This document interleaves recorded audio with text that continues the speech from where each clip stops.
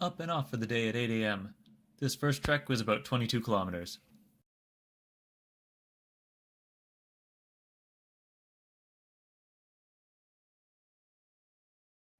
While stopping for a little break for others to catch up, we could see Angkor Wat in the distance.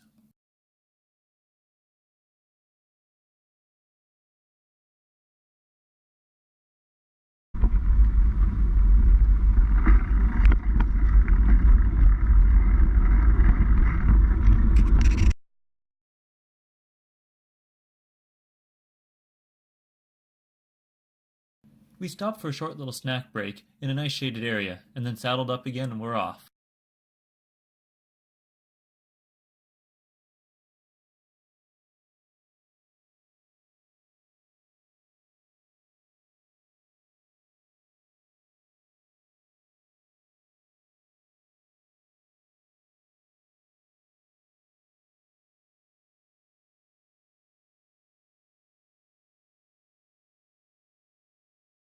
So after another little break, we headed out on the most brutally rough road of the whole trip.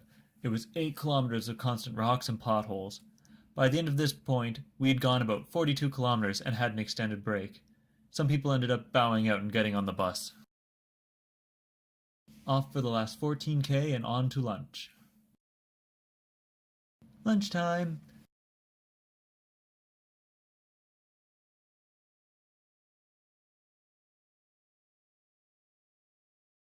At this point we divided into two groups. One group went off for a hike and then later headed to a temple, and the other group who needed a break went straight to the temple and then back to the hotel. The hike was about 1.5 kilometers each way and a 400 to 500 meter vertical climb. The path contained several nice views and a lot of different trees along the way. There were some parts of the path that had been built up to aid in climbing, but it was mostly natural.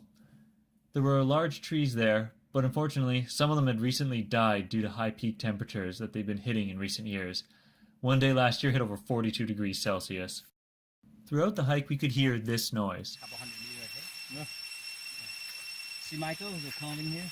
While it sounded like machinery with bad bearings, it was apparently just bugs in the area.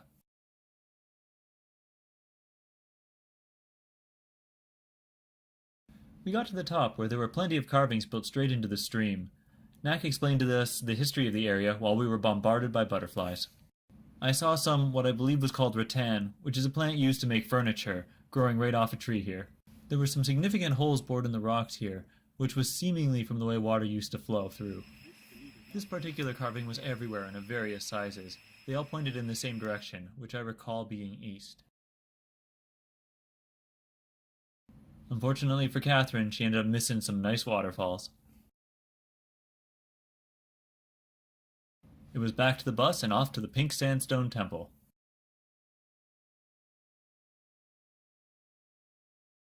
All of the doors and windows in this temple were small.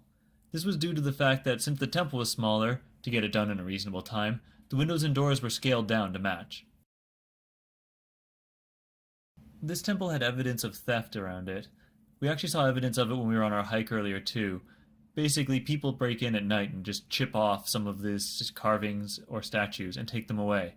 As a result, armed guards stay here in the temple every night to keep away thieves.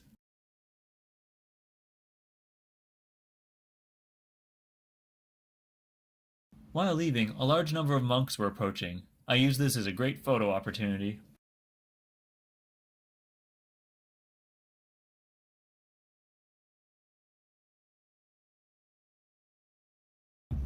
The bus ride home involved going through an uncontrolled intersection.